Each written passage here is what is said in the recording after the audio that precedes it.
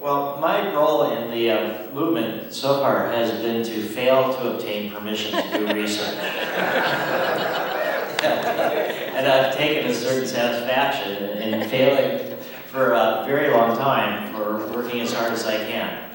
And the reason that I've been able to sustain this for so long is because failure has been something that has been used as an argument for the need for state-level reform. That my approach has been to focus on the FDA, to focus on working through the federal system to develop the marijuana plant into a prescription medicine.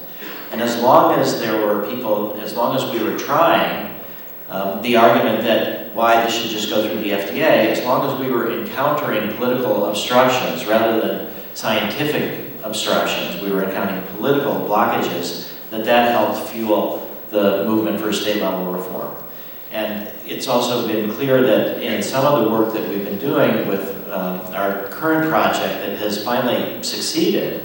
So it's been a 22-year effort, and on March 12th, the Public Health Service agreed to provide NIDA marijuana to a study of marijuana with veterans with chronic treatment-resistant post-traumatic stress disorder.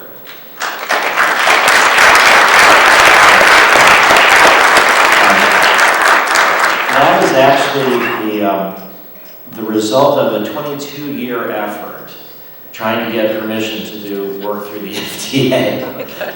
So it started in 1992 with Dr. Donald Abrams, and I contacted, actually in 91 I realized that we needed to kind of go through the FDA, so I spent a year trying to find a doctor willing to do the struggle to get permission, and Donald came to me through Brownie Mary. I don't know how many of you remember. Brownie Mary was a wonderful woman who was providing marijuana for AIDS patients in San Francisco, and she would donate it for free, and she was at her dealer's house who would provide her with shake that she made into these brownies, and he got busted, and she got busted, and then it became a national situation where here this wonderful grandmother was doing this compassionate work for free, and she was facing jail time for doing that.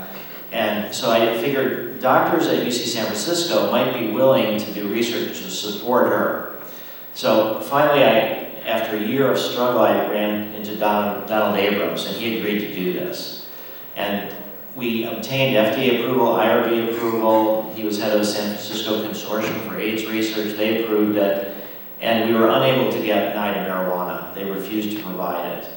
And it was extremely tragic and frustrating that they wouldn't do that. But it shows very clearly that from the early 1970s, when marijuana was shown to be effective for nausea control for cancer chemotherapy, that the threat of marijuana research to the status quo was perceived as pretty great, that it would end up providing a different kind of information to people if scientific studies showed acceptable risk-benefit profiles. So research has been suppressed for over 40 years in this field.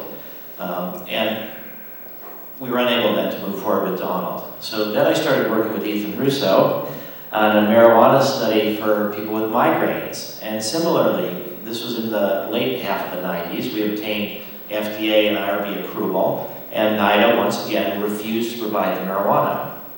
And keep in mind, these are for privately funded studies that the FDA had already approved, as did institutional review boards. So it became clear at that time that there was two prerequisites that were necessary to make marijuana into a prescription medicine through the FDA.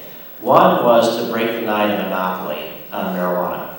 And some of you have probably heard from Professor Krager about our 12-year effort to do that, and he was here yesterday.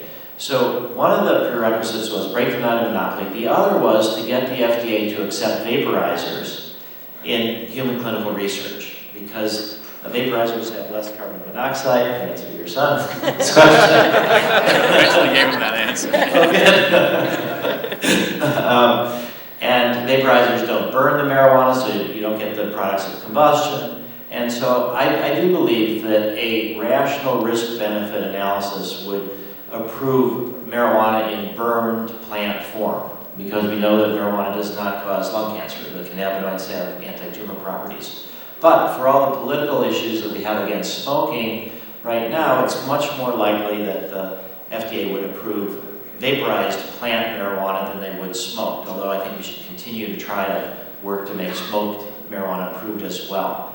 So with Dale Gardner and California Normal, we embarked on this long process to try to do research with vaporizers, and we figured out some sneaky ways that didn't get anybody in trouble to do our first study. Some NIDA marijuana given to patients, taken to a lab that had a DEA license, and then shipped to another lab that had a DEA license. And then we also did a marijuana potency study from vaporizers. So we ended up, once we did our initial study, we wanted to, and this was with the Volcano vaporizer, we wanted to do additional studies. And so we spent 7 years trying to buy 10 grams from NIDA. 7 years, and it was so frustrating, not even for human use, just for laboratory use. And at the end of that, the lab that we were working with said it was bad for their business and bad for their reputation. They decided to drop out of the project after 7 years. So those studies have not been really further done by us. And then with the Professor Craker and the effort to break the monopoly, we started in 2001, submitted an application to FDA, and April of last year we finally lost in the appeals court after we won the administrative law judge lawsuit. And the basic rationale is that NIDA and its monopoly are adequately competitive, presumably because they sell at cost, and also that they have an adequate supply. So neither of these things are actually the case, but once we lost, it was clear to me that I needed to try yet again to do work with a clinical study. And so over 3.5 years ago, the FDA approved our marijuana PTSD study. And we submitted it to the Public Health Service the very next day after they approved it. And there are no time limits for when the Public Health Service reviews protocols. They spent over 4.5 months and they rejected the protocol for reasons that are structural. First off, the guidelines for access to privately funded research, to NIDA's marijuana, are that if you want to make the marijuana plant into a prescription medicine, this marijuana is explicitly not for you. It's written into the guidelines. That smoked marijuana is not appropriate as a medicine. Not that the FDA has decided that, but this is just the guidelines made in 1999 by HHS. And there was another mismatch, is that the reviewers are used to reviewing grant applications from people seeking government money to do basic science research. And when you work with the FDA, you have to prove safety and efficacy in order to make a drug into a medicine, but you don't have to have the vaguest idea how the marijuana works, how the drug works at all. You don't have to have mechanism of action information. It doesn't really matter. People are suffering now. If something will help them with an acceptable safety ratio, then it should be made into a medicine. So what happened is that these reviewers, coming from a basic science perspective, who don't understand drug development, were given the responsibility of evaluating a study after the FDA had already approved it, and then they completely rejected it. And they had all these reasons that they were against it, but that they were part of this sort of basic science approach. So then we went to the University of Arizona Institutional Review Board, and we gave them all of the reasons why the Public Health Service rejected the protocol, and we gave them our responses. And the University of Arizona IRB approved our protocol as we designed it, with rejecting all the Public Health Service criteria, all their critiques. And so then we resubmitted that protocol back to the Public Health Service with a few things. They said that they thought that the study was underpowered. Now again, you don't need to have definitive answers when you're doing research in phase 2, early phase 2. You just are doing exploratory studies. But we increased the study from 50 people to 70 people, and we added some safety measures. And then because of all the state medical marijuana laws, the marijuana legalization, the pressure was getting so clear that if they were continuing to block research, that it would have just been so awkward, and the media is really focusing on this more. So on March 12th, they've approved it. And it's,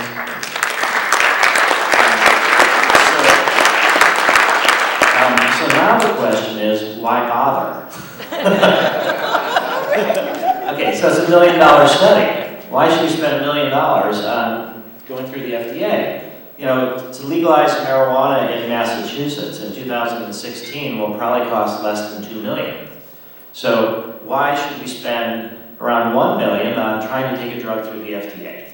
And there are a couple of good reasons that I have come up with why it's not totally fruitless. The first is that from a patient point of view, if you have a drug approved by the FDA, insurance companies will pay for it. And right now, medical marijuana patients have to buy all the medicine themselves. The other is that going through the FDA process is an educational tool. It educates doctors, it educates the public, it legitimizes a lot of things we've been saying about medical marijuana. Now, only in this narrow area for PTSD, but it's helpful in that regard. It also, I think, will help with the overall efforts towards educating the public about marijuana legalization.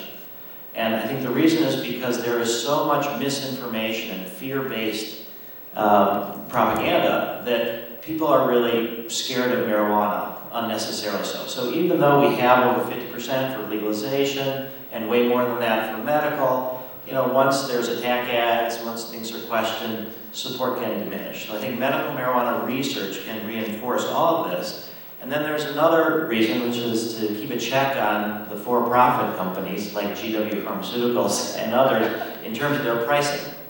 So that if you have a marijuana plant available, and the work that we're doing in Israel with the Ministry of Health and the producers there shows that they can produce high-potency trim buds for 50 cents a gram, 14 cents an ounce. So, you know, you talk about $14 an ounce.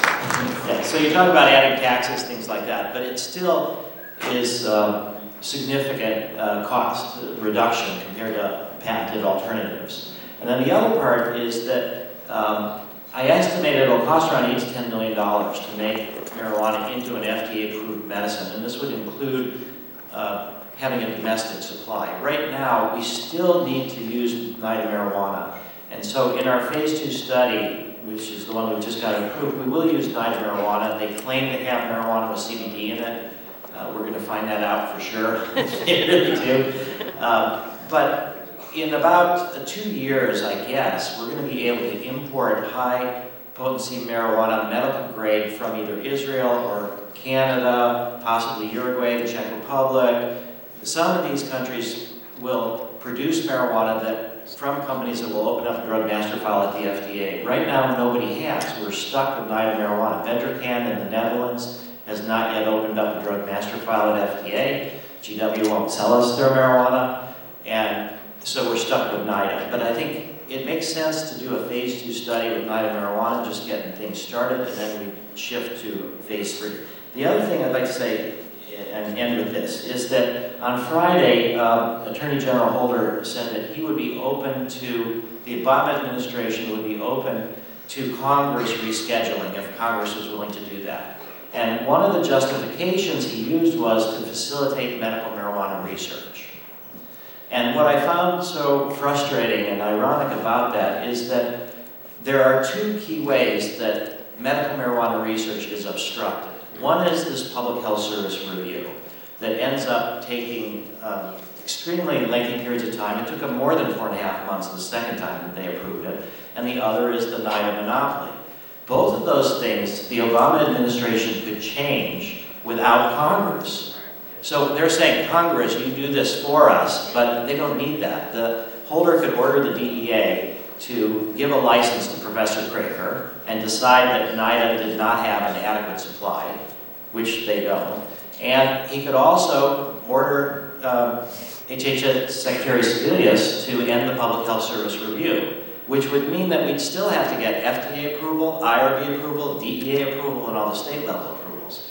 So Congressman Blumenauer has graciously created with us a sign-on letter that would be something we would use to gather members of Congress in order to petition Secretary Sebelius to end the Public Health Service review.